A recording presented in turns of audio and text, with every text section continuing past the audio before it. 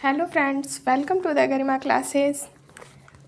तो फ्रेंड्स, आज हम लोग बीएड के सेकंड सेमेस्टर का जो सब्जेक्ट है fundamental of inclusive education paper है 9, पेपर कोड है 109 ए। इस सब्जेक्ट के मोस्ट इम्पॉर्टेंट एमसीक्यू क्वेश्चंस को करेंगे जो आपके एग्ज़ाम के लिए बहुत ही इम्पॉर्टेंट हैं। तो चलिए हम बढ़ते हैं फर्स्ट क्वेश्चंस की तरफ। आपका पहला क्वेश्चन है, दृष्टिबाधिता का मुख्य कारण है वातावरण, ए ऑप्शन, बी वंशानुक्रम, सी दोनों, इनमें से कोई नहीं। तो आपका इसका आंसर हो जाएगा दोनों। वातावरण और वंशानुक्रम दोनों होते हैं दृष्टिबाधिता के मुख्य कारण। सेकंड क्वेश्चन, टरमैन के अनुसार सामान्य बालकों की बुद्धि लब्धि होती है 90 से 110, 120 से 140, 110 से 120, 140 से अधिक। तो 90 से 110 होता है।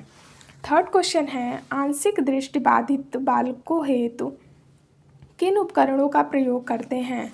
उत्तल लेंस, श्वेत बोर्ड, चश्मे का उपयुक्त सभी। तो सभी का प्रयोग करते हैं।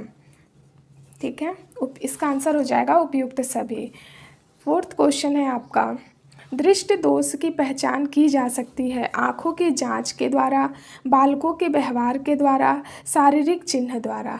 तो ये सारी चीज़ें, ये सारे लक्षण होते हैं पहचान करने के। तो इसके आंसर हो जाएगा उपयुक्त सभी। बढ़ते हैं नेक्स्ट क्वेश्चन की तरफ। नेक्स्ट क्वेश्चन है आपका, स्नेलन चार्ट का विकास किसने किया? तो हर्बर्ट स्नेलन ने किया हुआ है। सिक्स क्वेश्चन है, धनात्मक पाठ्यक्रम में कितने क्षेत्र शामिल हैं? 1 क्षेत्र, 3 क्षेत्र, 6 क्षेत्र और 10 क्षेत्र। कौन से क्षेत्र हैं? तो 6 क्षेत्र होते हैं। कौन कौन से होते हैं? ब्रेल लिपि, सेकंड है रुचि या रुझान व गतिशील, थर्ड सहायक सामग्री का उपयोग, फोर्थ सामाजिक कौशल का विकास, पाँचवा दिनचर्या संबंधी कौशल और छठवां विविध इंद्रियों का प्रशिक्षण। ठीक है, तो ये इसमें से भी आपके क्वेश्चंस को बनाए जा सकते हैं। तो आप इनके नाम भी ध्यान रखिएगा और टोटल आपके 6 होते हैं। बढ़ते हैं नेक्स्ट क्वेश्चन की तरफ। सातवां क्वेश्चन है आपका, ब्रेल लिपि का प्रतिपादन किसने किया? तो लुइस ब्रेल ने सन 1829 में किया हुआ है। नेक्स्ट क्वेश्चन, मंद बुद्धि बालकों को हम मुख्यतः 3 भागों में बांट सकते हैं। तो 3 भाग कौन कौन से हैं ये देख लीजिए।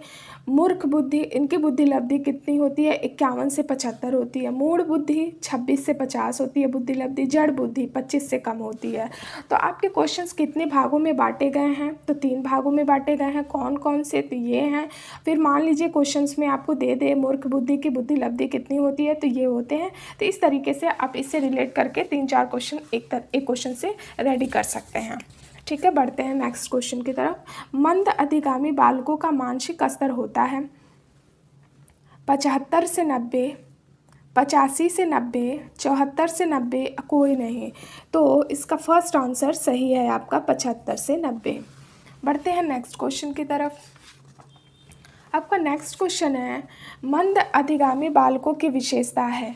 पहला ऑप्शन है अवधारणा शक्ति का अभाव, बी असुरक्षा का भाव होना, सी शारीरिक रूप धीमी गति और डी उपयुक्त सभी।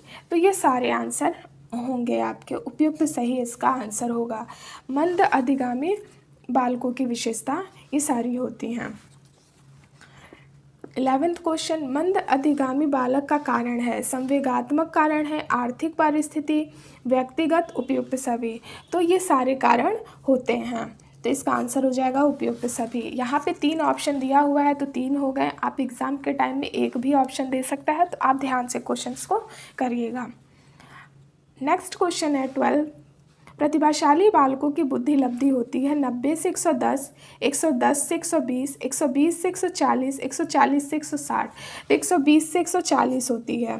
ठीक है, प्रतिभाशाली बालकों की बुद्धि लब्धि 120 से 140 होती है और सामान्य 90 से 110। IQ को आप ध्यान रखिएगा कि कितना जा रहा है। इसमें क्वेश्चंस बहुत गलत होते हैं, इसलिए आप ध्यान से करिएगा, क्वेश्चंस को ध्यान से पढ़ के करिएगा। प्रतिभाशाली बालक का लक्षण नहीं है, नहीं वाले क्वेश्चंस को भी आप बहुत ध्यान से देखिएगा कि क्वेश्चन क्या पूछ रहा है। देखिए यहाँ पूछा हुआ है नहीं है, प्रतिभाशाली बालक का लक्षण नहीं है। आप जल्दी में पढ़ लेंगे तो प्रतिभाशाली बालक का लक्षण है, तो ऑप्शन देखेंगे जिज्ञासु मार देंगे, लेकिन क्वेश्चन सही से ध्यान से पढ़िएगा। ठीक है। तो इसका आंसर ऑप्शन है ए जिज्ञासु, बी है झगड़ालू, सी सृजनात्मक, डी अभिव्यक्ति के में नवीनता। तो नहीं है तो झगड़ालू, प्रतिभाशाली बालक कैसे झगड़ालू नहीं होते हैं। ठीक है, बढ़ते हैं नेक्स्ट क्वेश्चन की तरफ। मंद अधिगामी बालकों की समस्या डैश प्रकार की होती है। 1 प्रकार की होती है, 5 प्रकार की होती है, 10 प्रकार की होती है और 15 प्रकार की होती है। तो 5 प्रकार की होती है। तो ये 5 प्रकार कौन कौन से हैं? पहला है ज्ञानात्मक अधिगम समस्याएं, दूसरा भाषा तथा वाणी की समस्याएं, तीसरा स्वर्ण प्रत्यक्षीकरण की समस्याएं, चौथा है आपका दृष्टि और व्यवहारिक समस्याएं, पांचवा सामाजिक तथा संवेगात्मक समस्याएं। तो ये 5 आपकी समस्याएं होती हैं। ठीक है, तो क्वेश्चन आपको समस्या दे के पूछ सकता है, टोटल पूछ सकता है, जैसे भी पूछे आप सही आंसर लगाइएगा। 15 नंबर क्वेश्चन है, मंद अधिगामी बालकों की सुधार की प्रक्रिया होती है। 1 प्रकार की से उसकी सुधार की प्रक्रिया होती है, 2, 3, 4। तो 3 प्रकार से सुधार करने की प्रक्रिया है। कौन कौन सी है? पहला है सुधारात्मक अनुदेशन, दूसरा है स्वस्थ वातावरण, तीसरा है सामाजिक चिकित्सक परीक्षण। ठीक है, तो ये पॉइंट्स हम साथ में इसलिए लिखे हैं ताकि आप पॉइंट्स को देख सकें और माइंड में ला सकें उस टाइम पे। ठीक है, बार बार आप इसे रिवीजन करिएगा ताकि एग्ज़ाम में बिल्कुल भी गलत ना हो। ऑब्जेक्टिव आपके आएंगे तो आप जितना सही करेंगे उतने मार्क्स आपको मिलेंगे। तो अच्छे मार्क्स के लिए आप बार बार रिवीजन करिए ताकि एग्ज़ाम में बिल्कुल भी कन्फ्यूज़न ना रहे और आप उसे सही से कर पाएँ, ताकि आपके परसेंटेज बहुत अच्छे बने। बढ़ते हैं नेक्स्ट क्वेश्चन की तरफ। मंद अधिगामी बालकों की विशेषता को कितने भागों में विभाजित किया गया है? 1 भाग में, 3 भाग में, 6 भाग में, 9 भाग में। तो 3 भागों में विभाजित किया गया है। कौन कौन सा है वो भाग? पहला भाग है शारीरिक विशेषता, दूसरा अवधारणा तथा स्मृति का अभाव, तीसरा असुरक्षा का भाव होना। ठीक है, ये 3 भाग में डिवाइड किया गया है मंद अधिगामी बालकों की विशेषता। 17th क्वेश्चन है आपका, संवेगात्मक रूप से अस्थिर बालकों के प्रकार हैं। 7th प्रकार के हैं, 8th प्रकार के हैं, 9th प्रकार के हैं, 10th प्रकार के हैं। तो कितने प्रकार के होते हैं आपके? 7th प्रकार के होते हैं। ठीक, नेक्स्ट क्वेश्चन है, संवेगात्मक रूप से अशांत बालकों की समस्या है। व्यक्तित्व की समस्या, बी ऑप्शन है आचरण की समस्या, अपरिपक्वता की समस्या, उपयुक्त सभी। तो अशांत बालकों की समस्या ये तीनों होती है। कोई भी कारण आपका हो सकता है उसमें अशांत होने का कारण, तो इसका आंसर हो जाएगा उपयुक्त सभी। ठीक है, बढ़ते हैं नेक्स्ट क्वेश्चन की तरफ। 19th नंबर क्वेश्चन है आपका, प्रतिभाशाली बच्चों की पहचान की जाती है। तो 3 प्रकार से की जाती है। ठीक है, कौन कौन से? व्यवहारिक स्केल से, अध्यापक स्केल से, बुद्धि एवं सृजनात्मक स्केल से। इन तीनों प्रकार के स्केल से प्रतिभाशाली बालकों की पहचान की जाती है। 19th नंबर क्वेश्चन है, परिवार से हमारा तात्पर्य उस संबंध से है जो माता पिता व बच्चों में विद्यमान रहता है। यह किसका कथन है? तो यह किसके द्वारा कहा गया है, यह इस क्वेश्चन में पूछा गया है। आप डेफिनेशन को बहुत ध्यान से पढ़िएगा, आपके एग्ज़ाम में ज़रूर डेफिनेशन पूछेगा। डेफिनेशन दे के पूछ सकता है या नाम दे के पूछ सकता है कि ये किसके द्वारा लिखा गया है या ये कौन लिखा है। तो इस तरीके से अब 2 तरह से इसमें क्वेश्चंस बनते हैं, तो आप बहुत ध्यान से चीज़ों को पढ़िएगा और आंसर करिएगा।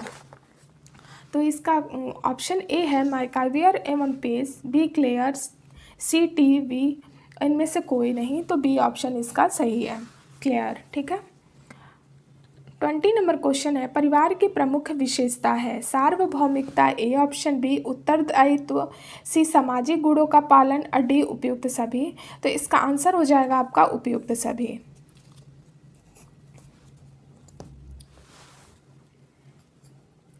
बढ़ते हैं नेक्स्ट क्वेश्चन की तरफ। स्वास्थ्य निर्देशन संबंधित है। ठीक, किससे संबंधित होता है? तो स्वास्थ्य सुरक्षा से संबंधित होता है। इसका आंसर है स्वास्थ्य सुरक्षा। नेक्स्ट क्वेश्चन, परामर्श का उद्देश्य आत्म परिचय या आत्मबोध है। यह कथन किसका है? यह कथन किसके द्वारा दिया गया है? तो रूप स्ट्रैंग के द्वारा यह कथन दिया गया है। परामर्श का उद्देश्य आत्म परीक्षण या आत्मबोध है। यह कथन रूप स्ट्रैंग के द्वारा दिया गया है। 23 नंबर क्वेश्चन है, एक अच्छे परामर्शदाता की विशेषता है। कौन सी विशेषता है? समसामयिक ज्ञान उच्च कोटि का हो, स्वयं के उत्तरदायित्व का ज्ञान हो, बौद्धिक क्षमता उच्च कोटि की हो, उपयुक्त सभी। तो अच्छे परामर्शदाता में ये सारे गुणें होती हैं, सारी विशेषताएं होती हैं। नेक्स्ट क्वेश्चन है आपका, हैविंग हर्स्ट के अनुसार वो क्या कहे हैं? तो उनकी परिभाषा है, प्रतिभाशाली बालक वे हैं जो समाज के किसी भी कार्य क्षेत्र में निरंतर कार्यकुशलता का परिचय देते हैं। ठीक, ये किसके द्वारा कहा गया है? तो हैविंग हर्स्ट के द्वारा दिया गया है। 25 नंबर क्वेश्चन है, टर्मन के अनुसार टर्मन ने क्या कहा है? तो प्रतिभाशाली बालक वह है जिसकी बुद्धि लब्धि 140 है। इन्होंने बताया है कि प्रतिभाशाली बालक, देखिए टर्मन के अनुसार ऑप्शन में ऐसे डेफिनेशन से पूछ सकता है, या बुद्धि लब्धि 140 है, किसके द्वारा कहा गया है? तो टर्मन के द्वारा कहा गया है। तो आप क्वेश्चंस को कई तरीके से देखिएगा ताकि एग्ज़ाम में बिल्कुल सही आप कर पाएँ और उस टाइम तुरंत आपका माइंड काम करे कि क्वेश्चंस क्या पूछ रहा है और उसका सही आंसर आप कर पाएँ। और एकदम आराम से क्वेश्चंस को पढ़ के आराम से क्वेश्चंस को करिएगा, वरना जल्दीबाजी में मिस्टेक्स हो जाते हैं, बहुत माइनर मिस्टेक होते हैं, बाद में आपको बहुत अफसोस होगा। इसलिए आप देखते हैं नेक्स्ट क्वेश्चंस को। 26 नंबर क्वेश्चन है, सामान्य रूप से मानसिक मंदित बालकों की बुद्धि लब्धि होती है 50 से 70, 35 से 49, 20 से 34, 20 से कम। तो 50 से 70 होती है। ठीक है, मानसिक मंदता का कारण है मंगोलिज्म, संक्रमण का प्रभाव, एक्सरे का प्रभाव, उपयुक्त सभी। तो इसकी मंदता का कारण ये सारे होते हैं, तो इसका आंसर हो जाएगा उपयुक्त सभी। ठीक है, 28 नंबर क्वेश्चन है आपका, मानसिक रूप से मंदित बालकों को कितनी श्रेणियों में बांटा गया है? तो कितनी श्रेणियों में बांटा गया है? सामान्य से बौद्धिक क्षमता में, अधिगम में, पिछड़ापन, मानसिक क्षमता या उपयुक्त सभी। तो इसका आंसर हो जाएगा उपयुक्त सभी में बांटा गया। ये तीनों श्रेणियाँ इसमें आती हैं, मानसिक रूप से मंदित बालकों की श्रेणियाँ ये तीनों होती हैं। ठीक, नेक्स्ट क्वेश्चन देखते हैं। एंडू के अनुसार है, इन्होंने क्या कहा है परामर्श के बारे में? तो परामर्श पारस्परिक रूप से सीखने की प्रक्रिया है। तो पारस्परिक रूप से सीखने की प्रक्रिया है, ये किसके द्वारा कहा गया है? एंडू के अनुसार कहा गया है। ठीक है, बढ़ते हैं नेक्स्ट क्वेश्चन की तरफ। क्लेयर के अनुसार, क्लेयर ने क्या कहा है? परिवार से हमारा तात्पर्य उस संबंध से है जो माता पिता और बच्चों में विद्यमान रहता है। ठीक, ये किसके अनुसार कहा गया है? क्लेयर के अनुसार कहा गया है। तो इस प्रकार से आज हम लोगों ने 30 मोस्ट इम्पॉर्टेंट क्वेश्चंस को किए हैं जो आपके एग्ज़ाम के लिए बहुत ही इंपॉर्टेंट हैं। आप इसे मल्टीपल टाइम रिवीजन करिए ताकि एग्ज़ाम में आप इस क्वेश्चंस को एकदम आराम से सही कर पाएँ, कोई कन्फ्यूज़न ना हो। आप इसे एकदम मल्टीपल टाइम रिवीजन करिएगा ताकि आप एग्ज़ाम में एकदम सही से कर पाएँ और किसी प्रकार का कोई भी डाउट ना हो। तो इस प्रकार से हमने समावेशी शिक्षा के मूल तत्व के सभी मोस्ट इम्पॉर्टेंट क्वेश्चंस को करा दिया है जो आपके लिए मोस्ट इम्पॉर्टेंट है। आपको क्लास अच्छी लगी हो तो like, subscribe, comment and share ज़रूर करें ताकि हम मोटिवेट होकर आपके लिए और भी MCQ क्वेश्चंस अदर सब्जेक्ट के प्रोवाइड करें। Thanks for the watching video. Thank you.